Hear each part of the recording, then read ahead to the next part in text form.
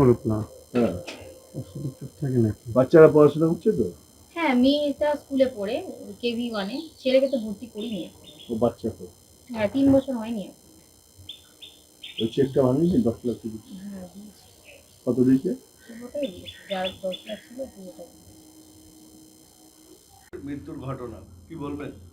দেখুন, এর থেকে প্রমাণিত হয় যে আগের সরকার যখন প্রতিটা ঘটনা ধামাচাপা দিতে চাইত, আর সেখানে এই সরকার সেই পরিবারের পাশে দাঁড়িয়েছে, পরিবারের ব্যবস্থা করেছে যে পরিবারটা আগামী দিনে কিভাবে চলবে, এবং প্রকৃত ঘটনা তুলে আনার জন্য যা তদন্ত প্রয়োজন সেটাও করছে।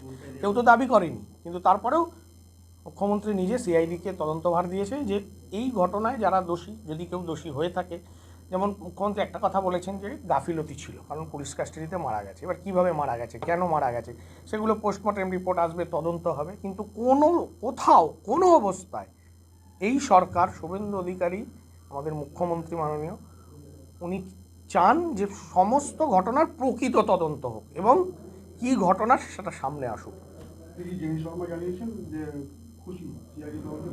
তো সেটা আমরা তো প্রথম দিন থেকে, এই ঘটনা ঘটার পরের দিন প্রথম ঘন্টা থেকে আমরা তার পরিবারের পাশে আছি।